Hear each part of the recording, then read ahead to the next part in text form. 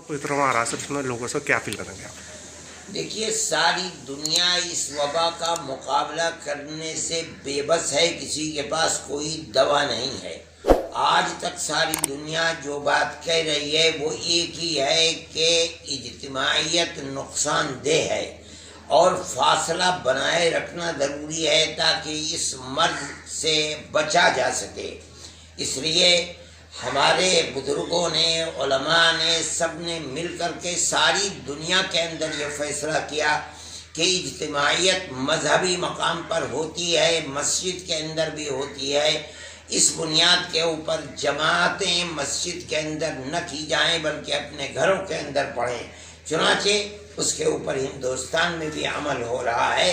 अब सामने रमज़ान का महीना है जो बड़ी खैर व बरकत का महीना है और मुसलमान अल्लाह की रहमत और उसकी मग़फ़िरत को हासिल करने के लिए रमज़ान में इज्तिमाइयत करते हैं और मस्जिदों के अंदर मजमा होता है। लेकिन चूँकि मौजूदा सूरत हाल इंतहाई गंभीर है और मर्ज हिंदुस्तान के अंदर भी बढ़ता चला जा रहा है, बचने के लिए ये ज़रूरी है कि तरावीह का एहतमाम ख़ास तौर पर जिस तरह हम अब तक मस्जिदों से अलग होकर के जमात करते हैं, इसी तरह तरावीह को भी अपने घरों के अंदर पढ़ा जाए।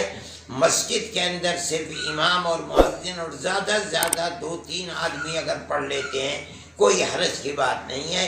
चाहे तरावीह अलम तरा कैफ से पढ़नी पड़े या पूरा कुरान अगर कोई हाफिज है तो वो पूरे कुरान को पढ़े, लेकिन इज्तिमाइयत के साथ नहीं, वरना इस मर्ज के ऊपर काबू पाना बड़ा मुश्किल है।